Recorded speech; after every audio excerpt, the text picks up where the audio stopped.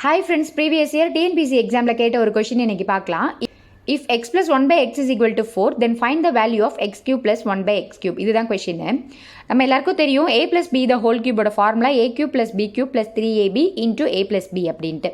நம்ம a-வை வந்து x ன்னும் b-யை 1 by x ன்னு எடுத்துக்கலாம். இப்போ வந்து இந்த ஃபார்முலாவில் அதை சப்ஸ்டியூட் பண்ணுறோம். a-வை வந்து x ன்னு எடுத்துக்கிறோம், b-யை வந்து 1 by x ன்னு எடுத்துக்கிறோம். அப்போ x plus 1 by x the whole cube is equal to x cube plus 1 by x cube plus 3 into x into 1 by x x plus 1 by x அப்படின்னு வருமா?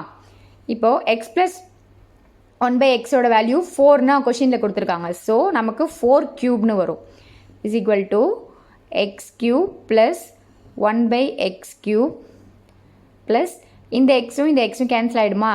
3 into x plus 1 by x அப்படின்னு வருமா? 4 cube is equal to x cube plus 1 by x cube plus 3 into x plus 1 by x ஓட value நமக்கு 4ன்னு தெரியும். So அங்கே 4 substitute பண்ணிக்கிறோம்.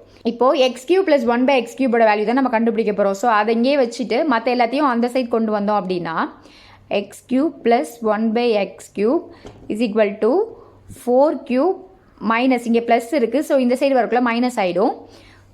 3 into 4 அப்படின்னு வருமா? இப்போது x cube plus 1 by x cube is equal to 4 கியூபோட வேல்யூ 64 மைனஸ் 3 4s are 12.